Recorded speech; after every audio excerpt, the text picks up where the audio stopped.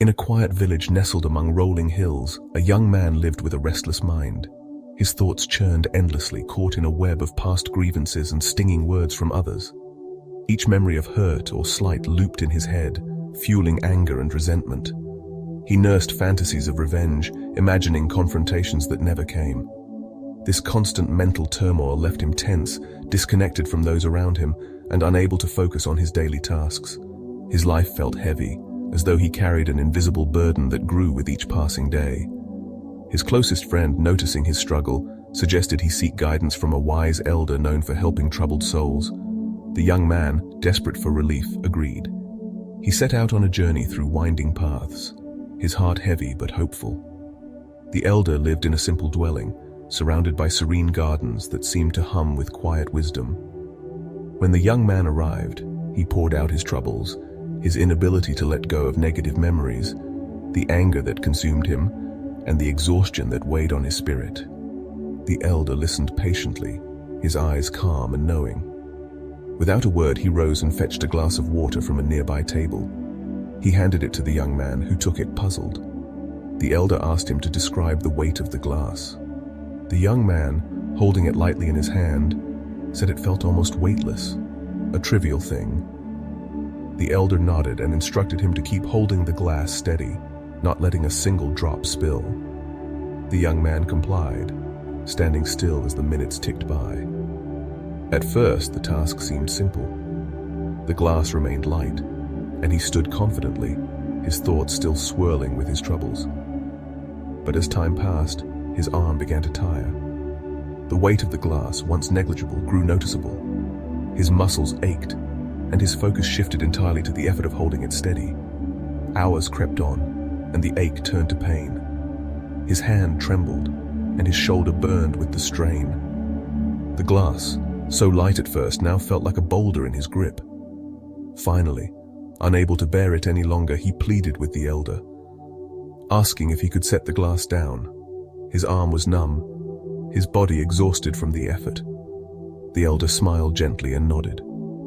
With relief, the young man placed the glass on the table, feeling his muscles relax and his breath ease. The elder sat beside him and began to speak, his voice soft but clear. He explained that life was much like the glass of water. The troubles and hurts we carry, anger, resentment, painful memories, start as small things, light enough to hold. But when clung to for too long, they become heavy, draining strength and joy. Just as the young man's arm grew weary from holding the glass, his mind had grown weary from holding on to negativity. The longer he gripped those thoughts, the more they consumed him, leaving no room for peace or connection with others. The elder's words struck deeply. The young man saw his life reflected in the simple act of holding the glass. He realized that his constant dwelling on past wrongs had trapped him in a cycle of suffering. The memories themselves weren't the problem. It was his refusal to let them go. The elder encouraged him to learn from the past, but not to carry it. Each day, he could choose to set down the glass, to release the weight of his grudges and fears, and to move forward with a lighter heart. Gratitude welled up in the young man as he thanked the elder. He left the dwelling with a new perspective, the weight of his thoughts already feeling lighter. The journey back to the village seemed different, brighter, as though the world itself had shifted. He began to practice what he'd learned. When memories of old hurts surfaced, he acknowledged them but let them pass, like clouds drifting across a clear sky. When anger stirred, he reminded himself of the glass and chose to set it down. Over time, the change was profound. His mind, once a storm of resentment, grew calmer. He found himself noticing the beauty around him, the laughter of children in the village, the warmth of the sun, the kindness of his friend.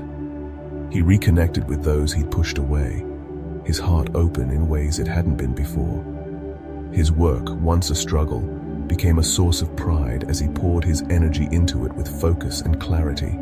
The village itself seemed to respond to his transformation, as his newfound lightness drew others to him, their smiles reflecting his own. He didn't become perfect.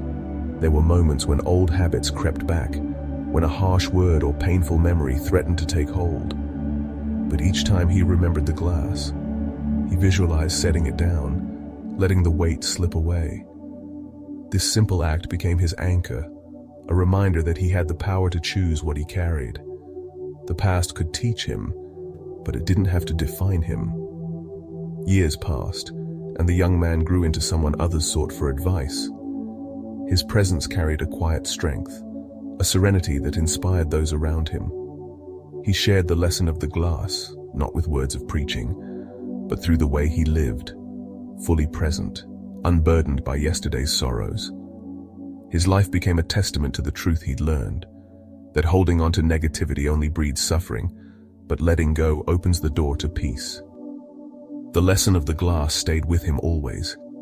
Each morning as he rose to greet the day, he made a silent promise to himself, to carry only what served him, to learn from the past without being chained to it, and to live with a heart unweighed by resentment. In this choice he found freedom. His days were no longer heavy with anger or regret, but light with possibility. And in that lightness he discovered a happiness that grew from within, a quiet joy that no external force could dim. The village, too, seemed to carry a new energy, as though his transformation rippled outward.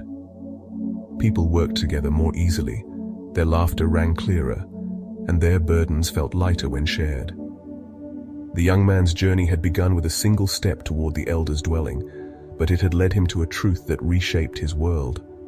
By learning to set down the glass, he had learned to live.